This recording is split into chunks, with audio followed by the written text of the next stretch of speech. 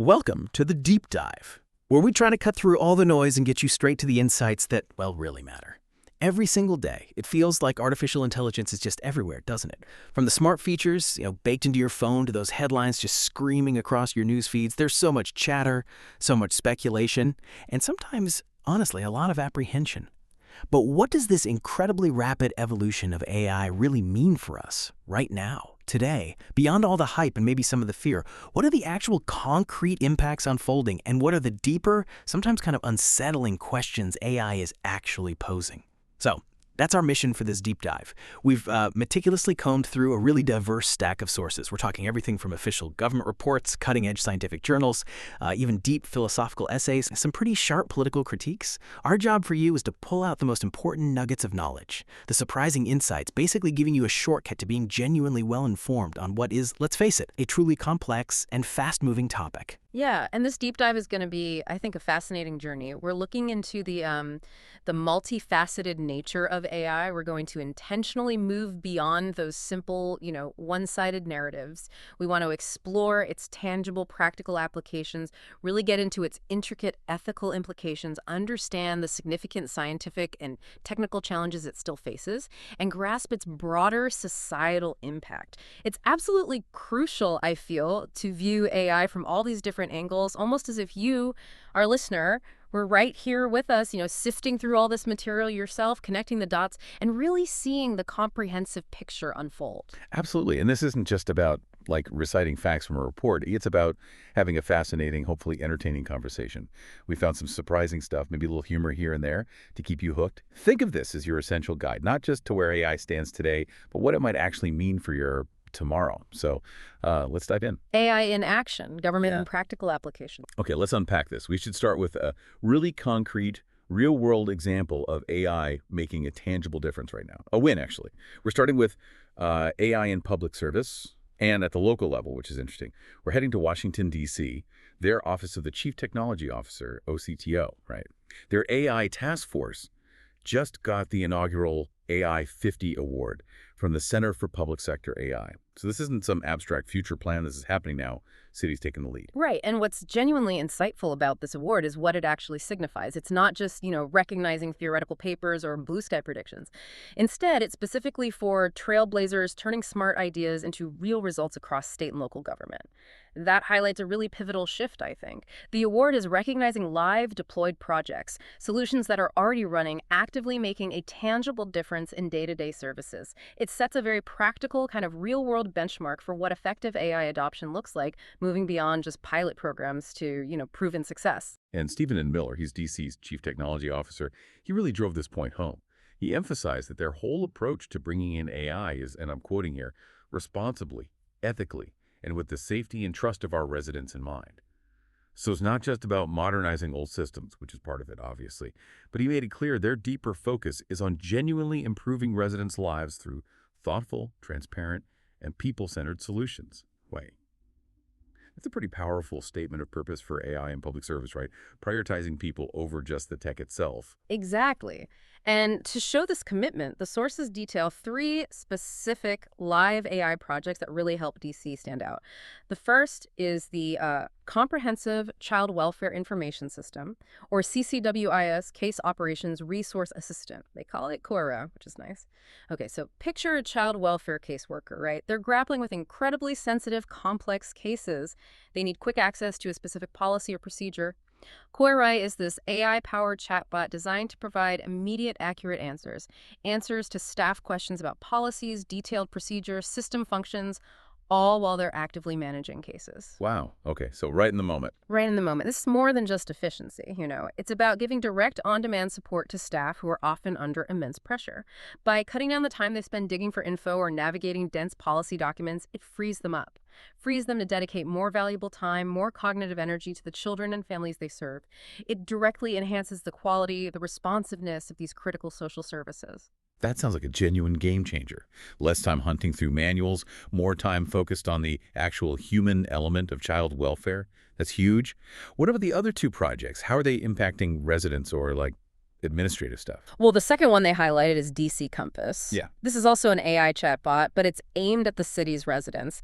Its main job is to help people navigate DC's huge amount of open data, making complex government information way more accessible, more user-friendly for just the general public. Okay. Because finding that stuff can be a nightmare. Totally. Think about trying to find specific city data property records, permit rules, public health stats. It often involves wading through dozens of obscure databases or really technical documents. DC Compass lets residents just ask a question in plain English and get direct, understandable answers.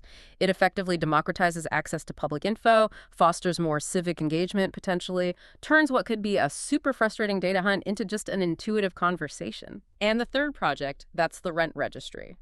Here, the AI part is specifically used to automate the first stage of the deed review process.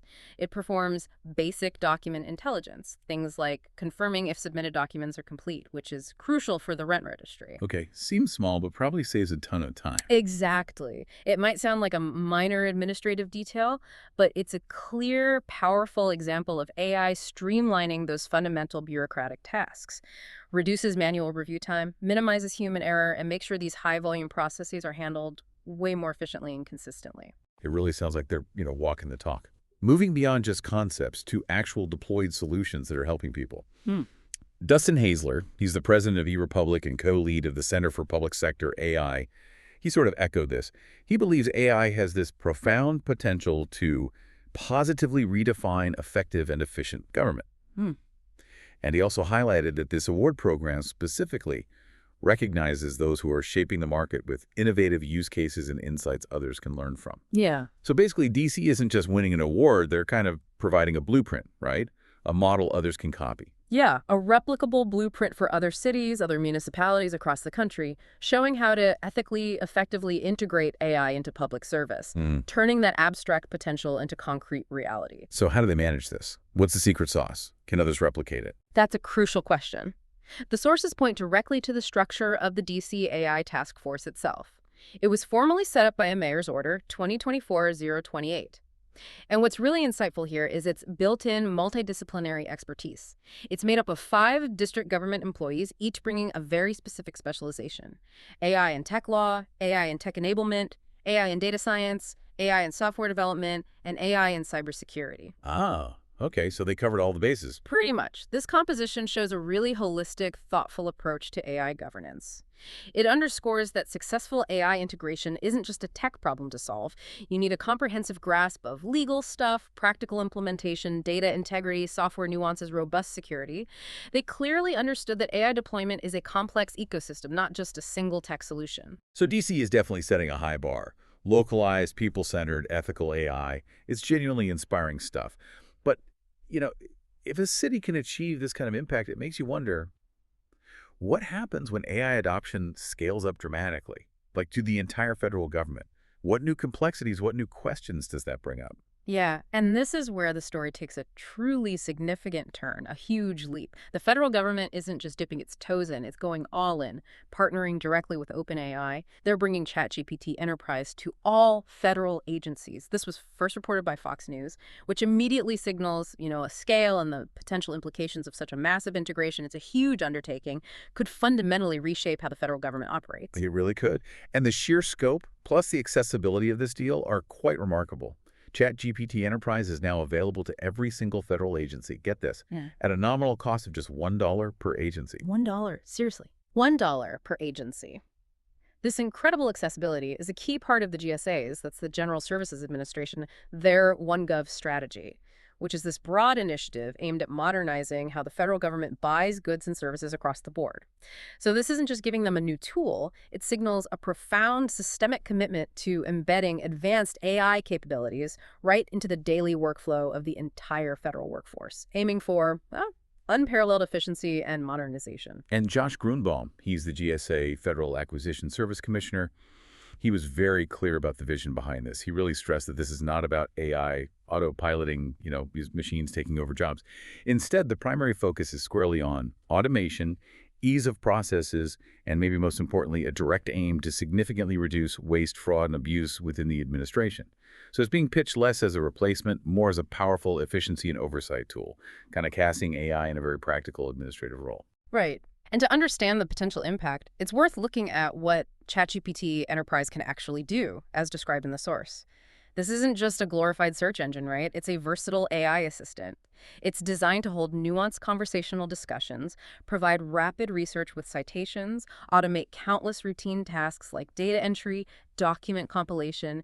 It can summarize lengthy files or reports in moments, assist with brainstorming, complex problem solving. Okay. Yeah, so imagine the cumulative effect of those capabilities across hundreds of federal departments, speeding up bureaucratic approvals, accelerating policy research. It's really an augmentation tool designed to significantly boost human productivity across a huge range of administrative and analytical tasks within government. Joseph Larson from OpenAI. He underlined the huge commercial adoption of ChatGPT. He mentioned, what was it, over 700 million weekly users? That's staggering. He said a key goal of this partnership is to bridge the gap between the tools available for artificial intelligence to the federal workforce Yeah.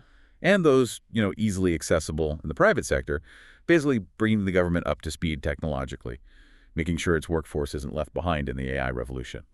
Yeah, and this partnership also takes on a pretty significant strategic dimension. Sam Altman, OpenAI's CEO, he explicitly stated, one of the best ways to make sure AI works for everyone is to put it in the hands of the people serving our country. And then he directly linked this partnership to delivering on President Trump's AI action plan. Ah, okay. So there's a political and strategic angle, too. Definitely. It highlights that this widespread adoption isn't just about internal government efficiency. It's positioned as a critical move in a broader political and strategic agenda, underscoring the perceived importance of AI leadership on a global scale. All right, speaking of that plan, the Trump administration launched its AI action plan back in July. It was built on three main pillars, right? First, it explicitly aims at centering American workers, making sure they benefit from AI adoption. Second, it focuses on ensuring AI systems are free of ideological bias, that they're truth-seeking and trustworthy, and crucially, that they are not designed for socially engineered agendas. And the third pillar is about safeguarding U.S.-built tech from misuse or theft by malicious actors, plus proactively monitoring for unforeseen risks. So it's a pretty broad approach, covers jobs, tech integrity, national security. Exactly. And connecting this to the bigger picture, this partnership is seen as a significant maneuver in that escalating AI race between the U.S. and China. The source highlights massive wins already achieved by the Trump administration in this tech competition, specifically mentioning the ambitious Stargate project. Project Stargate. Yeah, so this is a clear signal that the federal government's embrace of AI goes way beyond just internal efficiencies. It's a strategic play for global technological and economic leadership. And that Stargate project itself is just loose. The scale is mind-boggling. Yeah. It represents this unprecedented commitment from some of the biggest names in tech and investment. OpenAI, Oracle, SoftBank, MGX, they're planning to invest a colossal $500 billion in U.S.-based AI infrastructure over the next 4 years. $500 billion. $500 billion. And this isn't just about building data centers.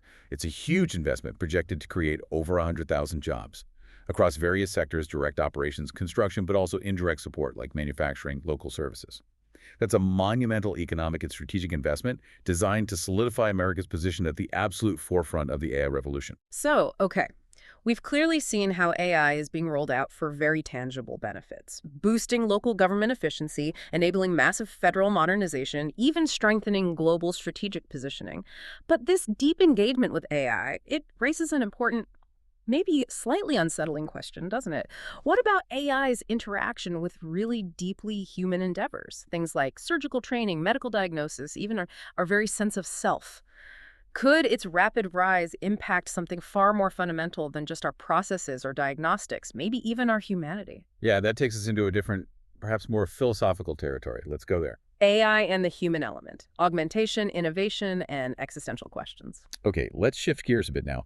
How can AI truly enhance, not just replace, core human skills and expertise? Yeah. We found this fascinating randomized clinical trial published in JAMA Surgery, a top journal. It delves into precisely how AI can dramatically improve surgical training. And this isn't about AI doing the surgery itself. It's about AI making human surgeons significantly better, safer. Yeah, the core finding here is genuinely groundbreaking. I think it kind of redefines how we think about human-AI collaboration and learning expert skills. It found that AI-augmented personalized expert instruction led to significantly better surgical performance and skill transfer in simulations. much better than intelligent tutoring alone. Okay, so the AI plus a human expert is the key. Exactly. This is absolutely critical for medical education because it shows that AI's biggest value might not be in full automation, but in acting as this powerful diagnostic tool, a data analysis tool that lets human instructors give far more precise, effective, tailored guidance. It's a powerful testament to the superiority of intelligent human-AI teamwork, really. So how did they set up the trial? It sounds complex. They had 88 medical students at the McGill Neurosurgical Simulation and Artificial Intelligence Learning Center. They all used this VR surgical simulator called NeuroVR, and they split them into 3 feedback groups. One group just got instruction from the intelligent tutor, the AI. The second group got feedback from a human expert, but, and this is key, the expert had to give the exact same feedback as the tutor. Right, controlling for the human element versus the AI tutor's content. Exactly. And the third group, this is the crucial one, got feedback from a human expert who used AI-informed personalized data. So the AI gave the human teacher unprecedented insight into the students' specific weaknesses, their strengths, allowing them to adapt their teaching in real time. Ah, so the AI spots the subtle issues the human coaches based on that. Precisely. That last group is where the magic of augmentation really happened. And the key takeaway from that magic is pretty profound. The group that got the AI data-informed personalized human feedback, they achieved significantly higher scores across the board, particularly excelling in crucial metrics like minimizing bleeding, reducing injury risk. This finding powerfully supports the importance of human input and participation in artificial intelligence-based surgical training. So it's not AI replacing the surgeon or even the teacher. It's not at all. Think of AI providing incredibly precise, real-time data, granular details about a student's movements, pressures, efficiency stuff, even the most experienced human eye might miss. The human expert then takes this rich data and delivers more effective, more tailored, truly personalized instruction. It really elevates the human teacher's ability to diagnose specific learning needs and provide targeted help, ultimately leading to a much more skilled, safer, more competent surgeon. It fundamentally redefines the learning process in these complex, high-stakes fields. That's a really compelling vision of augmentation, isn't it? AI not replacing, but empowering human professionals to be even better. And moving from improving training, AI is also driving some truly transformative breakthroughs in medical diagnosis itself. Yeah, on that note of AI advancing human health in critical ways, Rowan University just made an exciting announcement. Dr. Needhal C. Buwanya, who's a leading innovator in AI and machine learning, she's going to be honored with the 2025 Edison Patent Award. And it's in the highly competitive medical diagnostics category. This isn't just, an academic pat on the back. It's significant recognition for a concrete innovation with real-world impact. Right, and what's particularly compelling is the specific invention that got this award. It's titled Method for Detecting Radiological Progression in Cancer Surveillance, U.S. patent number 12,198,334B2. And this was a collaborative effort, co-invented with Dr. Hassan Fathallah Sheikh, jointly patented by Rowan University and the University of Alabama at Birmingham. Okay, so teamwork across institutions. Exactly. Which often happens, right? Pushing the boundaries of science and medicine often requires that kind of collaboration. And its crucial function sounds potentially life-changing for patients and doctors. This is a cloud-based, AI-powered medical innovation that speeds the mapping and measurement of glioblastoma brain tumors. Glioblastoma, that's a really aggressive brain cancer. So it's extremely aggressive, very challenging. Every moment counts in diagnosis and monitoring. So anything that can accelerate the precise mapping and measurement of these tumors is incredibly impactful. It directly influences treatment decisions, could improve patient outcomes, and significantly ease the burden on medical pros. It's a real beacon of hope in a very tough area of medicine. And if we connect this to the broader context, this achievement is being recognized within the big theme of the Edison Patent Awards, which is powering the future through invention. It powerfully shows how AI isn't just a tool for admin efficiency or even surgical training. It stands at the absolute forefront of shaping tomorrow's medical landscape. It's driving profound innovation that directly impacts human health, extends lives, enhances well-being. It embodies the very essence of progress in critical diagnostic fields. Okay, so these practical, innovative applications are incredibly exciting. They poke this picture of AI's immense power for good, improving processes, enhancing skills, even saving lives. But as we celebrate these advances, we kind of have to ask, is there a hidden cost? Could the rapid rise of AI impact something more fundamental than our processes or diagnostics, maybe our very humanity, our sense of self, our spiritual well-being? Yeah. Now let's turn to a more provocative, almost spiritual perspective, one that challenges us to think beyond just the technology. Dr. Fernanda Ciaz, she's a professor of physics and computer science at Franciscan University of Steubenville. She recently published a really compelling opinion piece in the Washington Examiner. The title alone stops you: Artificial Intelligence and the Battle for the Human Soul. Wow, yeah. That title immediately grabs your attention, makes you pause, suggests a dimension to AI far beyond just algorithms and data. And what's genuinely striking is Dr. Ciaz's bold parallel. She likens today's AI revolution to the profound moral reckoning humanity faced after developing nuclear weapons. Okay, that's a strong comparison. Yeah. Not physical devastation, but moral. Exactly. It's not a hyperbolic comparison about physical destruction, but rather a powerful call to consider not just what AI can do technically, but what it may cost us as human beings if we fail to safeguard the inherent dignity, the unique qualities of the human person. It fundamentally shifts the discussion from technical capability to a deep, ethical, existential reflection on our values in the face of this transformative technology. And she gets into her core argument with a very pointed statement. She says the backwards trend of humanizing what is not human can easily dehumanize what is. She posits that society is painfully learning what Christianity already knows, that our humanity can be mimicked but never replicated. So it's not a fear of robots taking over. No, it seems like a deeper concern about how our perception of ourselves might shift. If we start projecting human qualities onto machines, are we inadvertently diminishing the unique things that define our own humanity? It's a subtle but powerful psychological, philosophical warning. Dr. Ciaz then talks about what she sees as a far greater danger, one that goes beyond those, Hollywood-esque apocalyptic dangers of a future general intelligence taking over humanity.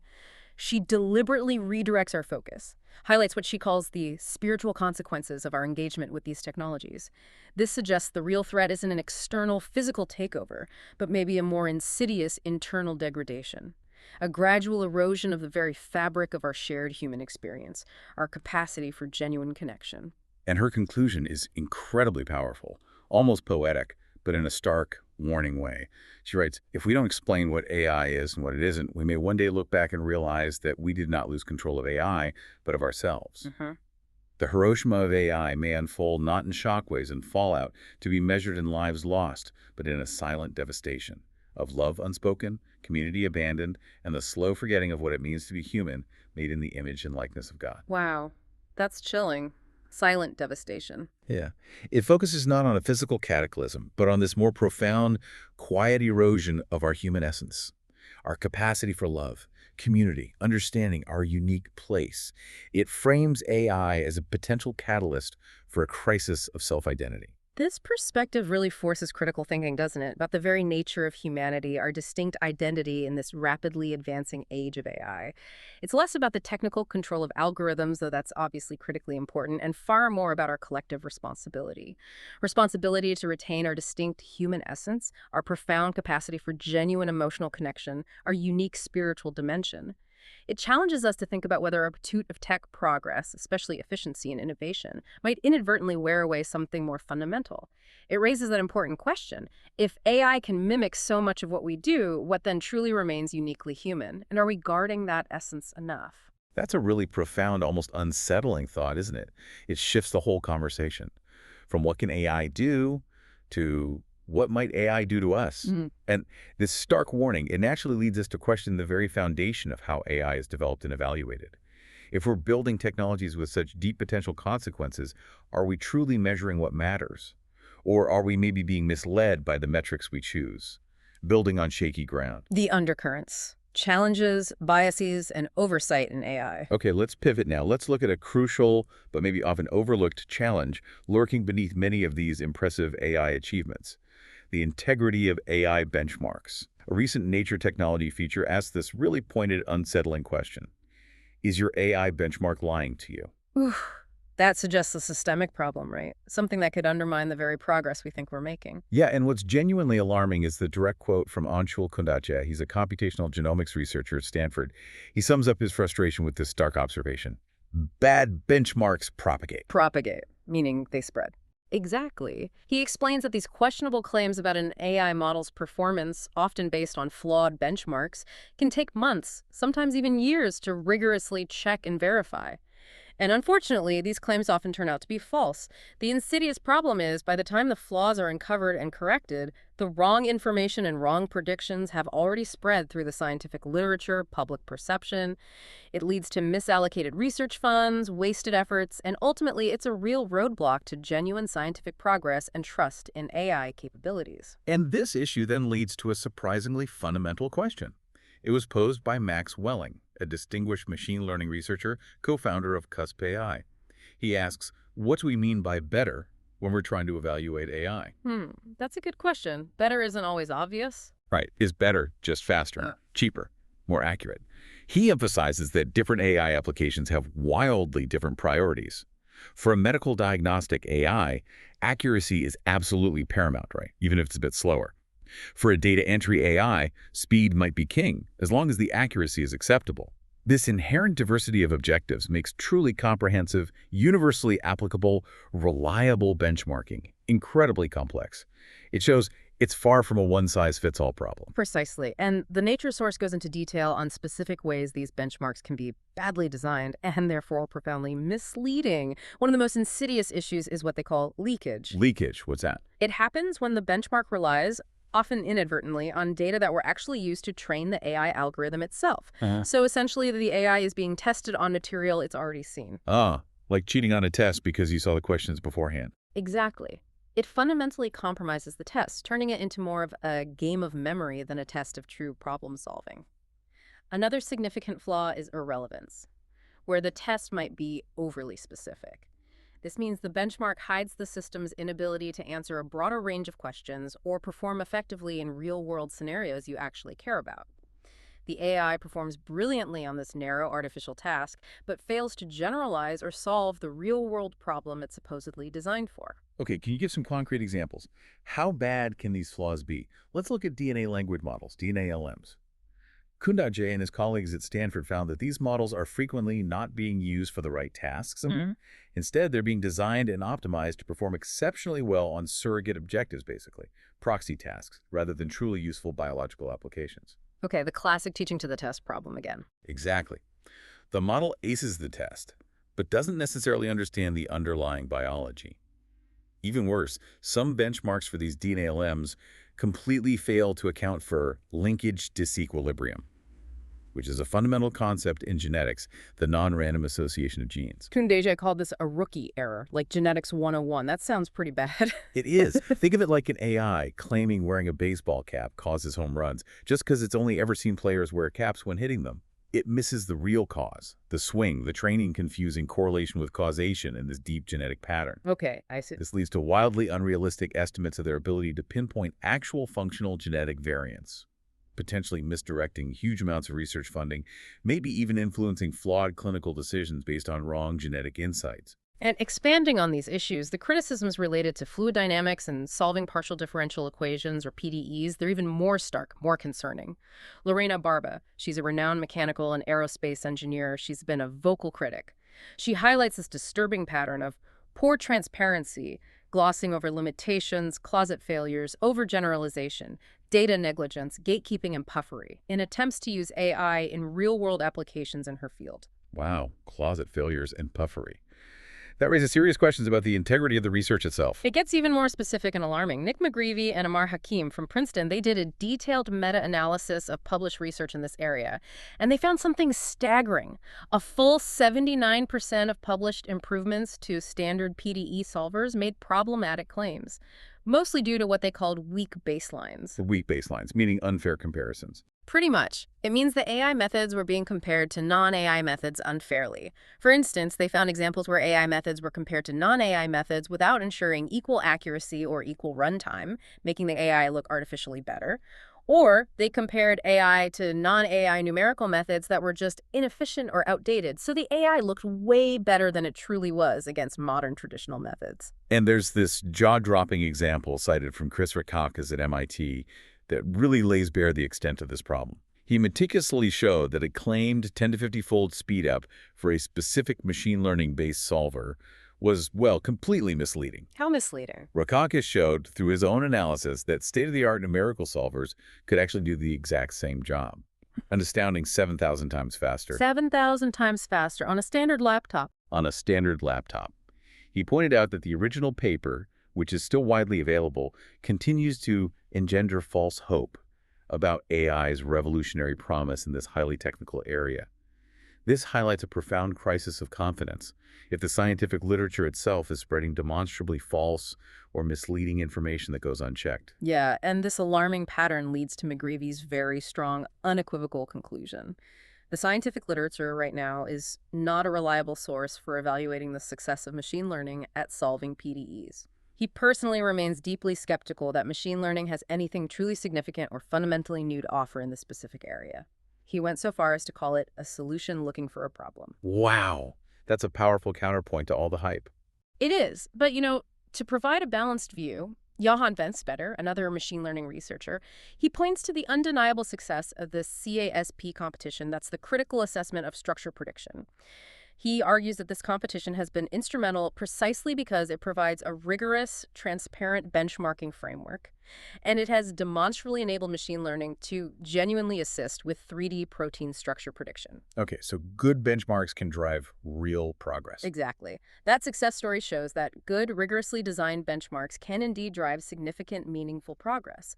It offers a pathway forward amidst these current challenges. So these issues with AI benchmarking, they're not just academic squabbles, are they? They raise fundamental questions about transparency, trust, the very foundation of scientific validity within AI and beyond.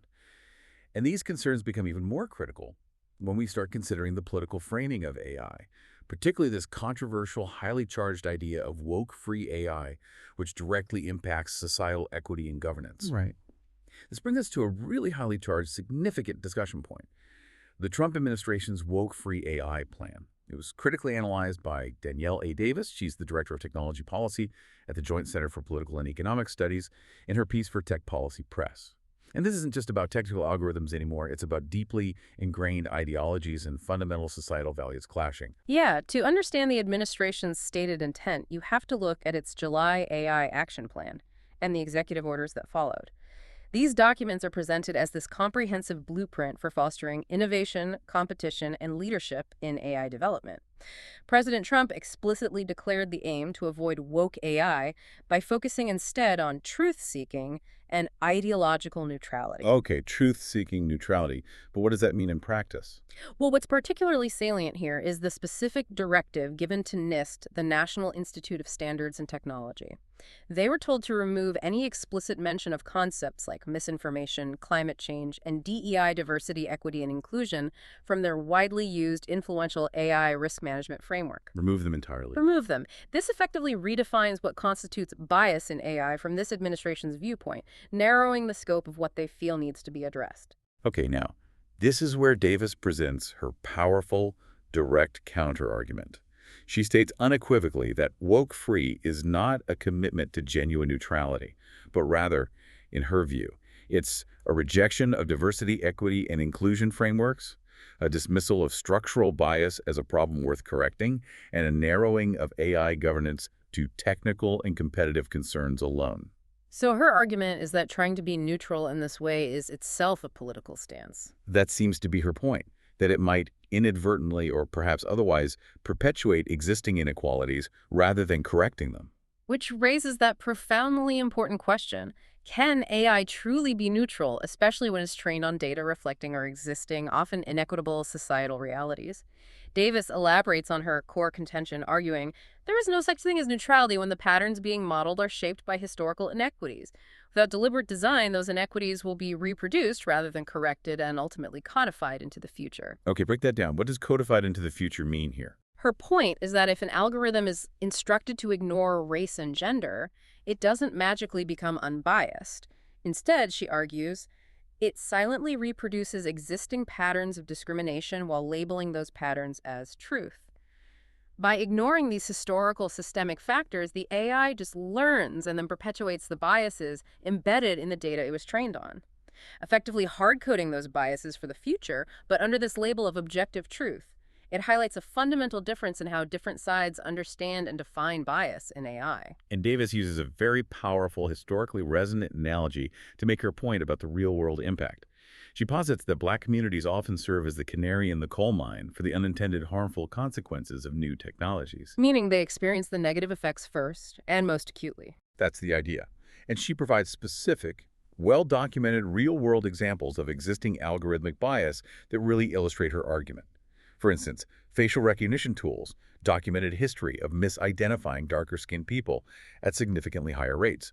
Predictive policing systems shown to send more patrols to historically over-policed communities, which can exacerbate existing disparities. Right, creating feedback loops. Exactly. And automated lending and tenant screening systems have regrettably replicated decades of redlining practices, other discriminatory behaviors, effectively shutting out deserving people from housing or loans based on flawed or biased algorithmic decisions. These aren't hypothetical fears, they're documented realities disproportionately impacting marginalized communities. So, in direct response to these broader national AI strategy discussions, the Joint Center, led by Davis, they put forth their own set of comprehensive recommendations. They fundamentally emphasize that tech policies shouldn't be viewed just as fostering innovation in a vacuum. It's intrinsically linked to who participates in that innovation, who benefits from it, and crucially, who is harmed. So what do they recommend specifically? They called for several key actionable steps. Things like substantial investments in infrastructure specifically designed to ensure Black communities aren't systematically shut out of the growing AI economy.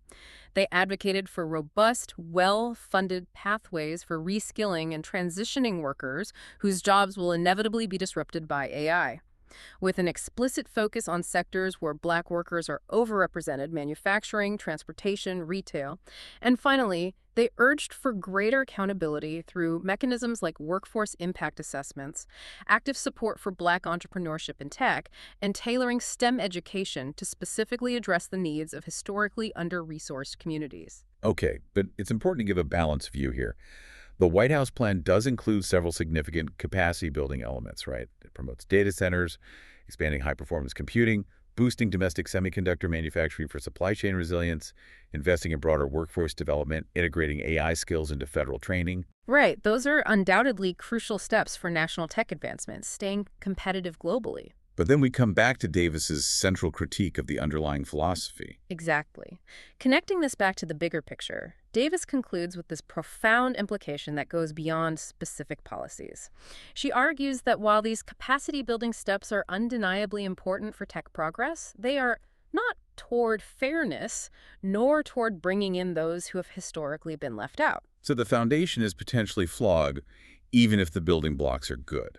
That's her argument. Her critical point is that the conspicuous absence of robust equity, transparency, and accountability frameworks means that this formidable capacity is being built on a foundation that will replicate much of today's inequality. In her view, the woke-free AI plan, despite its stated goal of neutrality, ultimately serves as a blueprint for perpetuating the very inequities that this country has long struggled to overcome. She warns that by proceeding this way, we risk hard-coding its inequities into the future and mistake that for progress. It raises a critically important question about what kind of future we are truly building with AI and for whom, highlighting the deeply intertwined nature of technology and societal justice. So after all that, what does this all mean for you listening right now? We've taken a truly deep dive into this fascinating, incredibly complex, and sometimes contentious world of artificial intelligence. We've seen its immense practical power, its incredible potential to improve lives, improve efficiencies. From DC's award-winning ethical AI applications, the federal government's massive embrace of tools like ChatGPT Enterprise, to groundbreaking medical innovations like speeding up glioblastoma tumor mapping and that nuanced augmenting role of AI in enhancing human surgical training. But we've also had to confront the crucial challenges, the profound questions AI poses. We heard those alarming warnings about AI's potential to diminish our humanity if we're not careful stewards, particularly the spiritual, psychological consequences of how we engage with these technologies. We dug into the critical flaws in how AI models are often evaluated, uncovering how bad benchmarks can spread misleading claims, impede true progress, maybe even mislead the scientific community itself. And we explored that powerful, politically charged debate around how policy policy decisions about AI, especially concepts like woke-free AI, could inadvertently hard-code existing societal inequities right into the fabric of our technological future. It's abundantly clear, isn't it? AI is not a singular, simple thing. You can't just label it purely good or purely bad. It's a dynamic mosaic of technologies, driven by really diverse intentions, leading to wide-ranging, often contradictory impacts. What remained absolutely paramount, maybe more than ever, is the human element. Our intrinsic ability to collaborate with AI, to rigorously guide its ethical development, to critically question its promises, its underlying assumptions, and to demand unwavering transparency and accountability from its creators and deployers. Which really raises an important question for you, our listener, to maybe ponder long after this deep dive ends. As AI continues its incredibly rapid evolution, as it permeates every single aspect of our lives, how can we as individuals and as a collective society actively ensure that this relentless pursuit of AI innovation truly serves humanity's best interests, that it genuinely promotes equity, and that it ultimately enhances rather than diminishes what it truly means to be human? How can we all become better benchmarkers in our own critical assessment of AI's ambitious claims and its profound impacts, understanding both its incredible transformative promise and its potential deeply concerning pitfalls?